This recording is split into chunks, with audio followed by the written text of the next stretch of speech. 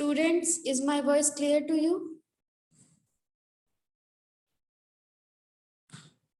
Yes, ma'am. Okay.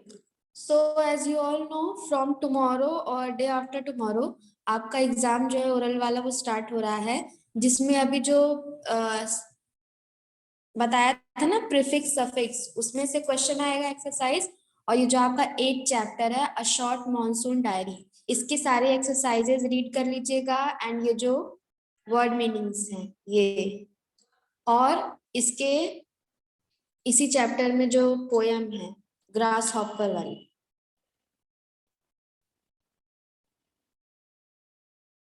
Ma'am उसका reference to context भी।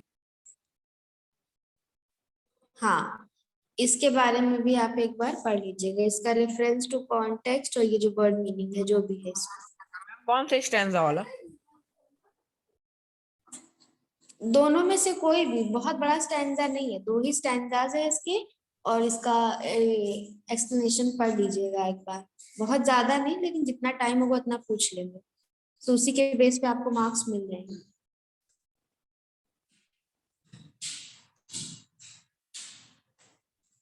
तो ये जो 8 चैप्टर है आपका, इसकी वर्ड मीनिंग एक बार रिवाइज कर लेते हैं। First word is melancholy, and melancholy means very sad. The mist is called melancholy because it makes people feel melancholy. Mist को, धुंध को देखकर सैड फील होता है, इसलिए इसको सैडनेस से इसका मीनिंग बनाया गया है। ब्लैंकेट मतलब covers. Fern, a flowerless plant with feathery green leaves, ये है, यही वाला है फर्न जो आपको यहाँ पे पिक्चर में दिख रहा है पेड़। हेराल्डेड मीन्स अनाउंस्ड और ब्रॉट द न्यूज ऑफ, जब न्यूज बताई जाए, किसी को घोषणा की जाए, उसका मतलब है हेराल्डेड। इम्प्रिकेशंस मीन्स कर्जेस, कर्ज करना मतलब गुस्से में कुछ उल्टा सीधा बोलना, चिल्लाना। Blood letting, losing blood, blood निकलना। Decades ago, leeches were used to remove blood from a patient's body.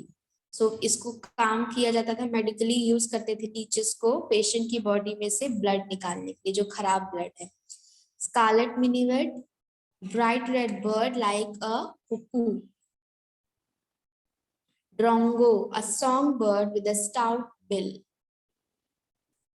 Drumming, falling noiselessly, बहुत तेजी से, शोर की आवाज जो होती है। डिस्कॉन्सोलेटली मतलब अनहैप्पी, दुखी होना। रेवाइन मीन्स वैली, घाटी। क्रीवाइसिस, क्रीवाइसिस मीन्स नैरो ओपनिंग्स और क्रैक्स इन रॉक और वॉल, छोटे छोटे जो जगह होते हैं अंदर जाने के लिए और जो क्रैक होती है वॉल में, वो। श्रू, श्रू मीन्स आपको बताया था हिंदी में इसका मतलब होता है जो छुछुंदर। केयर्स, केयर्स मीन्स टचिंग और होल्डिंग लविंगली। मेनास, 310, डरा हुआ। आपका यहीं से एंड हो जाता है, इसकी एक्सरसाइजेस भी पढ़ लीजिएगा। Now let's come to the chapter, poem जो है आपकी on the grasshopper and cricket. So इसमें वर्ड मीनिंग देख लीजिए। ब्रॉट मीन्स ब्रॉट अबाउट, किसी के बारे में बताना। श्रिल्स मतलब comes through loud and clear, मतलब बहुत क्लियरली जिसको सुनाई दे, जो सुनाई दे। So let's start the poem. Firstly I ask read the जो बिगिनिंग में है पोयम के, उसको रीड करिए and then read the poem written by John Keats.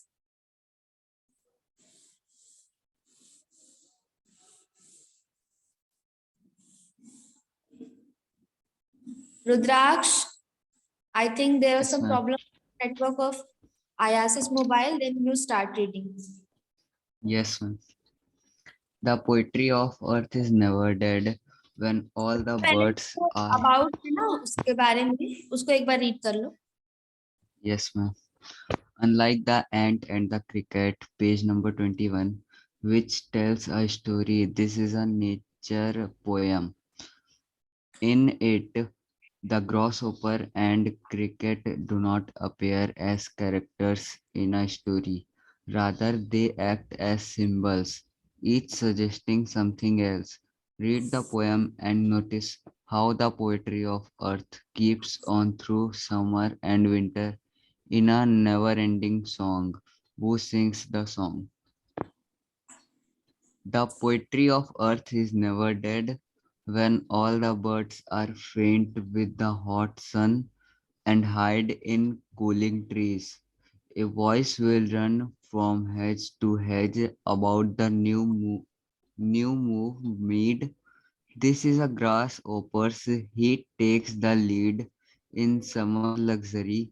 He has never done with his delights, for when tired out with fun, he rests at ease, bene- ease beneath some pleasant weed. The poetry of earth is easing never. On a lone winter evening, when the frost was has wrought a silence from the stone their shrill, the cricket's song in warmth increasing ever, and seems to one in bronziness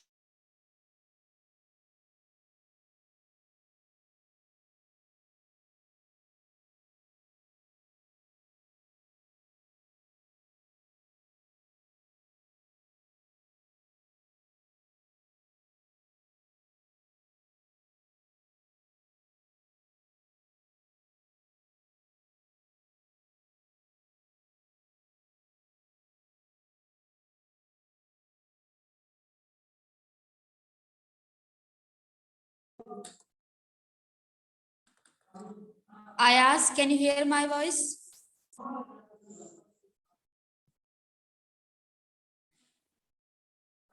Ayas, can you hear me?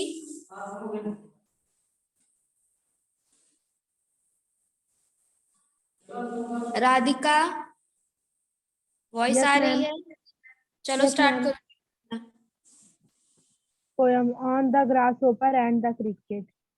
Unlike the ant and the cricket, page 21, which tell a story. This is a nature poem. In it, the grasshopper and cricket do not appear as characters in a story. Rather, they act as symbols, each suggesting something else. Read the poem and notice how the poetry of earth keeps on through summer and winter in a never ending song. Who sings the song? The poetry of earth is never dead when all the birds are sent with the hot sun.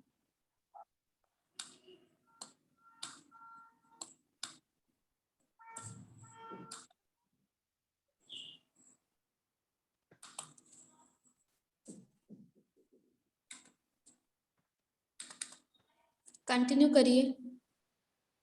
Ma'am वो page हट गया. When all the birds are faint with the hot sun and hide a cooling trees, a wise will run from weeding to weeding about the new movement mead. That is the grasshopper.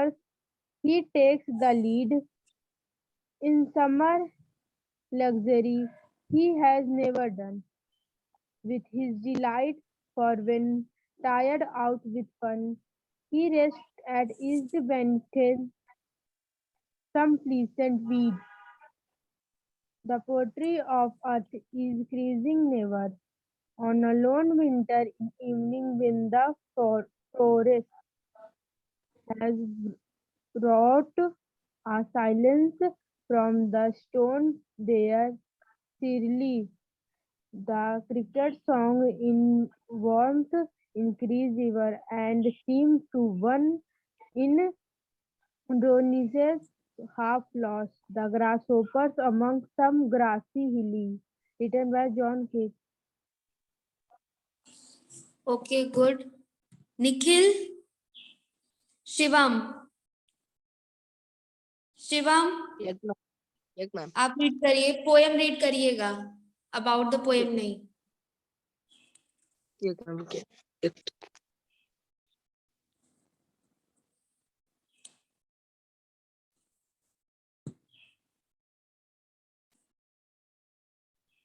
Ma'am screen clear नहीं हो रही ma'am मेरे में। अभी हो जाएगी, network problem होगी। Don't you have your text book with you? No ma'am.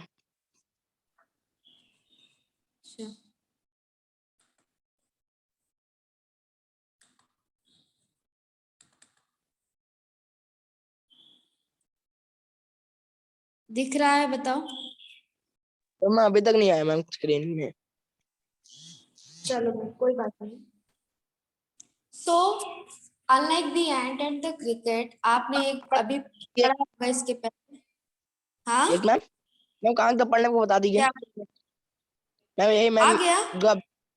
Ma'am आ गया मैम अभी। चलो, जो पोएम स्टार्ट हो रही है ना जहां से, द पोएट्री ऑफ अर्थ, वहां से पढ़िए। The poetry of earth is never dead. When all the birds are faint with the hot sun and hide in cool trees, a wild witch will run from height to height. About the new moon mid the the grasshopper, he take the lead in summer luxury he has never done. With his delight for when tried out with fun. He reached and it went some pleasant read. The poetry of earth is catcher never on a lone winter evening when the forest frost has broken a silence from the stone there thrill. The cricket song in one increase ever. The stream to on in droidness half lost the grasshopper among some grassy hills. Ma'am पढ़ लिए। Okay. So unlike the ant and the cricket, which tells a story, this is a nature poem. ये एक nature poem है. In it, the grasshopper and cricket do not appear as character in the story. Rather, they act as symbols. अब ये ant और grasshopper जो है वो एक character नहीं बता रहे हैं इसमें, जैसे कि story में था एक। ये क्या है? ये एक सिंबल है, एक तरह से सिंबल है किस चीज का? जो एंट है वो हार्डवर्क का सिंबल है, और जो ग्रास हॉपर है वो लेजीनेस, जो इंसान जो बहुत चीजों को टाल देता है और मोनोटोनस रहता है, उसका सिंबल है। सो इस पोएम को हम लोग रीड करके ये जानेंगे, the poetry of earth keeps on through summer and winter in a never ending song. Summer और विंटर का क्या सिचुएशन रहता है, क्या पोजीशन रहता है, एक सॉन्ग के थ्रू जानेंगे। ये एक तरह का फेबल है। And I told you about fable. Fable वो होता है जिसमें आपको स्टोरी या सॉन्ग के थ्रू आपको एक स्टोरी बताई जाएगी, सॉन्ग के थ्रू एक स्टोरी बताई जाएगी जिससे आपको कुछ सीख मिलती है। So let's know the meaning of the ये song. The poetry of earth is never dead. When all the birds are faint with the hot sun and hide in cooling trees, a voice will run from edge to hedge about the new warm mead. That is the grasshopper's, he takes the lead. In summer luxury he has never done with his delights for when tried out with fun. He rests at ease beneath some pleasant weed. The poetry of earth is ceasing never on a long winter evening when the frost has wrought a silence from the stone there shrills. The cricket's song in warmth increasing ever, and some to one in drowsiness half lost. Drowsiness means मतलब बहुत ही lazy सा. The grasshoppers among some grassy hills, written by John Keats. So here the poet symbolizes the grasshopper as hot summer and the cricket and as a very cold winter. He says that even when the birds stop singing during the hot summer, the earth still sings. The grasshopper sings tirelessly during this time flying from the hedge. The poet further says that during the cold winter also the earth keeps expressing pleasure through cricket. A cricket sings through the stones. So यहाँ पर जो cricket है उसको hot summer day बताया गया है, जो कि पूरे टाइम जो है वो अपना काम करता रहता है, वो चलता रहता है। जब बर्ड्स जब सिंग नहीं भी करती हैं तो वो जो समर है वो अपना जो हॉटनेस है वो दिखाता है, जो गर्मी रहती है वो रहती ही है। In the poem on the grasshopper and the cricket, the poet John Keats celebrate the music of the earth. यहाँ पर जॉन कीट्स ने अर्थ का जो म्यूजिक है, जो नेचर हमारी है, जो जिसमें कितने सारे मौसम है, कितनी सारी चीजें हैं, जो हम बहुत चीजों के बारे में अभी हमने जाना भी नहीं मिस्ट्री को, तो उनके बारे में वो सेलिब्रेट कर रहे हैं उनके म्यूजिक को। He finds beauty in hot summer. Hot summer में उनको जो हॉट समर की जो ब्यूटी है उसको बता रहे हैं। सब लोग यही कहते हैं कि समर बड़ा बेकार होता है, बहुत गर्मी होती है ये वो, लेकिन जॉन कीट्स ने यहाँ पर हॉट समर की भी ब्यूटी देखी है, उसके बारे में उन्होंने बात की है इस सॉन्ग में। As well as in the cold winter, और कोल्ड विंटर की तो बात की ही है। Here in this poem, the grasshopper is a symbol of hot summer and cricket is a symbol of cold winter. तो grasshopper summer है और जो cricket है वो winter है।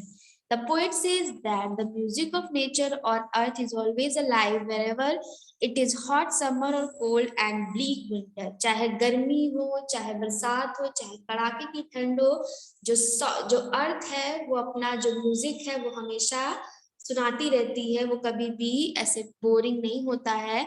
During the hot summer, all the singing birds are tried and take rest under the shady branches of trees. जब गर्मी आ जाती है खूब सारी, तो जो बर्ड्स हैं जो अभी आपको दिखती रहती है छतों पर, रूफ्स पर आपको जो दिखती है बर्ड्स ट्रीज पर, वो सब छुप जाती हैं, वो सब एक शेड के नीचे शेड ढूंढती है, छाया ढूंढती है जहां पर वो छुप सके। But even if they don't sing the song of nature goes on, चाहे वो गाएं या ना गाएं, लेकिन जो नेचर है वो हमेशा अपना काम करता रहता है। We can still hear the voice of the grasshopper who runs from hedge to hedge. He keeps singing tirelessly and when tired, rest beneath some weed. So जो grasshopper है वो पूरे टाइम गर्मी में भी पूरे टाइम tirelessly बिना थके हुए अपना काम करता रहता है, और जब थक जाता है तो आराम से एक जगह पे रेस्ट कर लेता है। A grasshopper carries on the duty of singing the everlasting song of nature. During summers, he is a fun-loving and cheerful creature and is never done with his delights. So summer में बहुत ही cheerful रहता है और अपना काम बहुत ही मेहनत से करता रहता है। During the cold winter season, also the birds are silent. बहुत ज़्यादा ठंड में भी जो birds होती हैं वो कम बोलती हैं। There is utter silence on the frosty winter days. But जब बर्फ गिरती है, फ्रॉस्ट आती है, तब ये जो बर्ड्स हैं वो शांत रहती हैं, साइलेंस रहता है पूरे नेचर में। But the earth has its own way of expressing pleasure and joy. लेकिन धरती जो है हमारी, जो अर्थ है, मदर नेचर है, वो अलग अलग वे से हमको क्या करती है, अपना जो जॉय है, प्लेजर है, खुशी है, वो देती है। The song of a cricket can be heard which breaks his silence. और तब किसका साउंड आता है? क्रिकेट का साउंड आता है, जो साइलेंस को ब्रेक करता है। He sings from the stones but not from the trees. वो स्टोन्स के पास जाकर सिंग करता है। आपने सुना होगा एकदम शांत सी जब रातें होती हैं डार्कनेस वाली, तब एक वॉइस आती है जो कि किसकी होती है? क्रिकेट की होती है। वो बर्ड्स की तरह ट्रीज पर नहीं होता है, लेकिन वो पत्थरों के बीच बैठकर अपना सॉन्ग गाता रहता है। His songs appears to be increasing the warmth every moment. और उसका जो सॉन्ग है वो बढ़ता रहता है, उसकी वॉइस जो है वो बढ़ती रहती है। People are able to hear it sitting in their houses. और जब हम लोग सुन सकते हैं, हमारे घरों के बाहर उसकी आवाज आती रहती है, साइलेंस को एकदम ब्रेक करती हुई. However, the poet says that to a person who is a half asleep, it may appear to be a grasshopper song coming from the grassy hill. और however, जो poet है वो बताते हैं that a person who is half asleep, अगर वो सो रहा, हल्का सा अगर आधा सोया आधा जगा हुआ है, it may appear to be a grasshopper song coming from the grassy hills. हो सकता है उसको grasshopper की आवाज आ रही हो hills से, पहाड़ों से. Thus we can say that the grasshopper and the cricket, two tiny insects, perform a big responsibility. हम कह सकते हैं कि छोटे छोटे वो जो insect है वो बहुत बड़ी responsibility निभा रहे हैं. They carry on with nature's continuous and everlasting music irrespective of the extreme climates. और इतने extreme climates में भी वो nature का गीत गा रहे हैं. हॉट समर हो चाहे कोल्ड फ्रॉस्ट वाली विंटर हो, दोनों में ये लोग अपना काम कर रहे हैं और नेचर को उसका गीत गाने में हेल्प कर रहे हैं. The poet has thus personified them. Personified आपका फिगर ऑफ स्पीच है जिसमें personification किया जाता है किसी नॉन लिविंग थिंग का. सॉरी, नॉन लिविंग थिंग नहीं, मतलब जो पर्सन नहीं है उसको पर्सन बनाया जाता है. So here the grasshopper and cricket are a symbol of the constant joyous mood of nature. यहाँ पे nature के mood को बताया गया है. So ये आपका हो गया the poem teaches us. अब इस poem से हमको सीख क्या मिलती है? Because it's a fable song, तो यहाँ पे हमको कुछ सीख भी मिलेगी. So what's the teaching of this poem is? The poem teaches us that we shall be joyful and pleasant no matter what are the situations in our life. With this attitude, we can easily overcome all the obstacles in life. So हमारे सबके, कोई भी हो, हम हो कोई भी हो, हम सब की लाइफ में बहुत सारे ऑब्स्टिकल्स होते हैं, नहीं होते हैं तो आने वाले होते हैं या आ जाते हैं सबकी. तो हमें ग्रास हॉपर और क्रिकेट से ये सीख लेनी चाहिए कि जैसे वो लोग एकदम उल्टे नेचर में, एक्सट्रीम कंडीशंस में भी अपना काम करते रहते हैं, मतलब जो अर्थ है उसको सपोर्ट करते हैं, उसको जॉयफुल रखते हैं. क्योंकि आपको पता है कि उदास चेहरा हो या सैड वाली बातें हो, कोई अगर करता है आपके सामने तो वो आपको पसंद नहीं आएगा. तो हमें ऐसे बन के रहना है. ग्रास हॉपर और क्रिकेट से यही हमें सीख लेनी है, टीचिंग उसकी लेनी है कि हमें दूसरों को भी हैप्पी रखना. हमारी वजह से जो आसपास जितना भी हमारा माहौल है वो सब चेयरफुल रहे, जैसे कि ग्रास हॉपर और क्रिकेट अपने आसपास के नेचर को करते हैं. तो ये आपकी पोयम का एक तरह से एक्सप्लेनेशन था. इसको आप लोग रेडी कर लीजिएगा और एग्जाम्स के लिए अभी सिर्फ 2 लोगों की कॉपीज आई हैं, रुद्राक्ष और आयास की. बाकी किसी की कॉपी नहीं आई है, किसी को भी नोटबुक में कोई भी नंबर नहीं दिया जाएगा.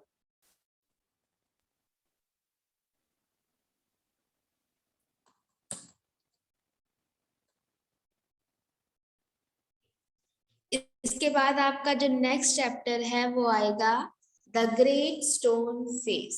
इसके बारे में भी आपको अच्छे से पढ़ना है. फर्स्ट इसका एक है और एक इसका सेकंड पार्ट है.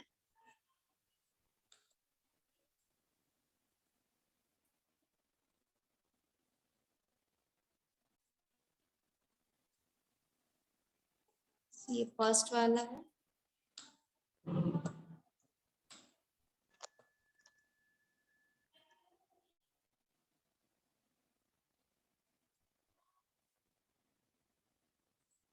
मैम ओरल में भी आएगा the great stone?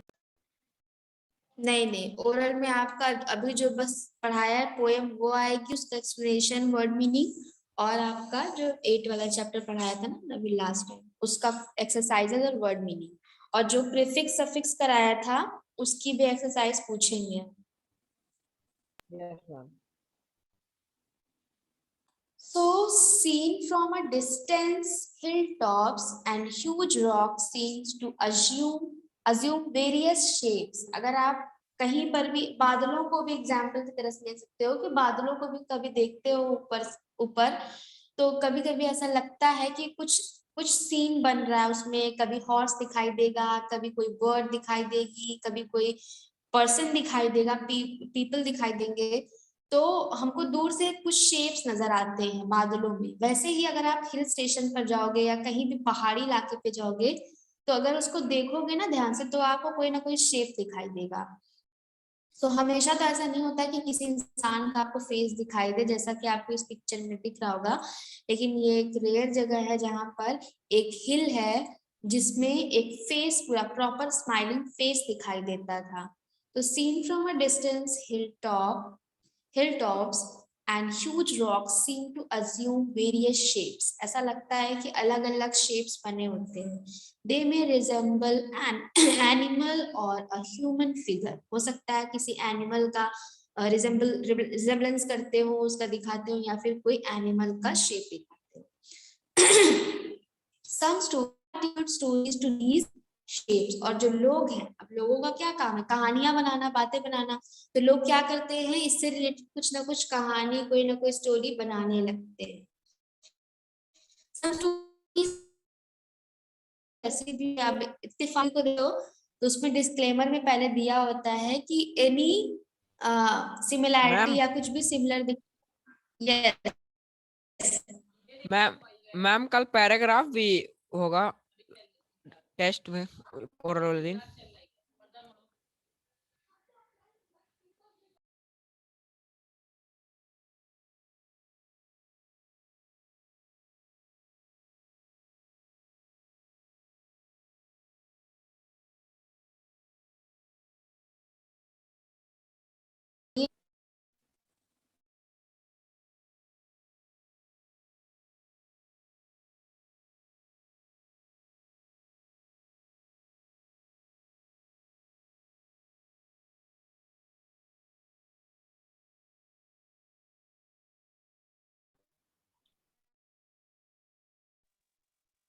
Okay, students, can you all hear me? Yes, Yes, ma'am. ma'am. Can you hear me? Yes ma'am. हाँ, क्या कह रहे थे, बताइए। मैम कह रहे थे कि पैराग्राफ राइटिंग टेस्ट में होगी ओरल वाले में।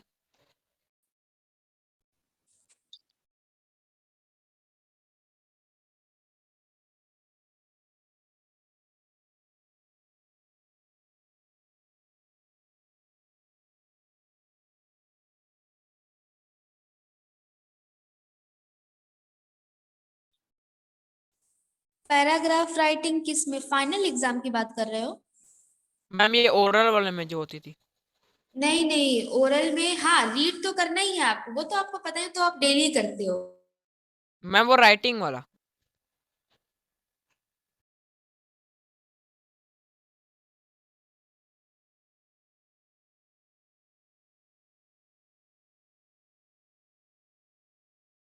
समझ में आ गया ना कल के एग्जाम के लिए?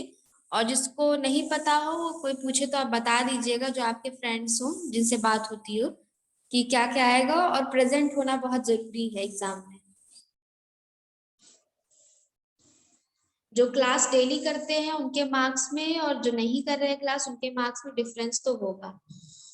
लेकिन अगर आ जाते हैं करने के लिए, एग्जाम देने के लिए, तो फिर भी थोड़ा बहुत अच्छा ठीक नंबर मिल जाएगा। So I was talking about this chapter, Great Stone Phase 1. So people attribute story to these shapes. Some stories come true, other don't. कुछ कहानियां सच हो जाती हैं, कुछ नहीं भी होती हैं। The Great Stone Face is one such shape that reminds the inhabitants. Inhabitants means जो वहाँ के निवासी हैं, of the valley, valley के निवासी, of a prophecy. Prophecy means एक बात होती है, एक कहावत होती है। जैसे हर जगह की कोई ना कोई कहावत होती है, कोई बात होती है जो लोग कहते हैं, इसको लोग सच मानते हैं, कि जैसे एक भविष्यवाणी है कि ऐसा कुछ होगा, इस टाइप का कुछ। सो व्हाट वाज इट, ऐसी कौन सी भविष्यवाणी थी, ऐसा क्या होने वाला था, क्या प्रोफेसी थी, डिड इट कम ट्रू? सो इसको अच्छे से हम लोग समझेंगे इस चैप्टर में कि क्या है ऐसी बात, क्या स्टोरी है।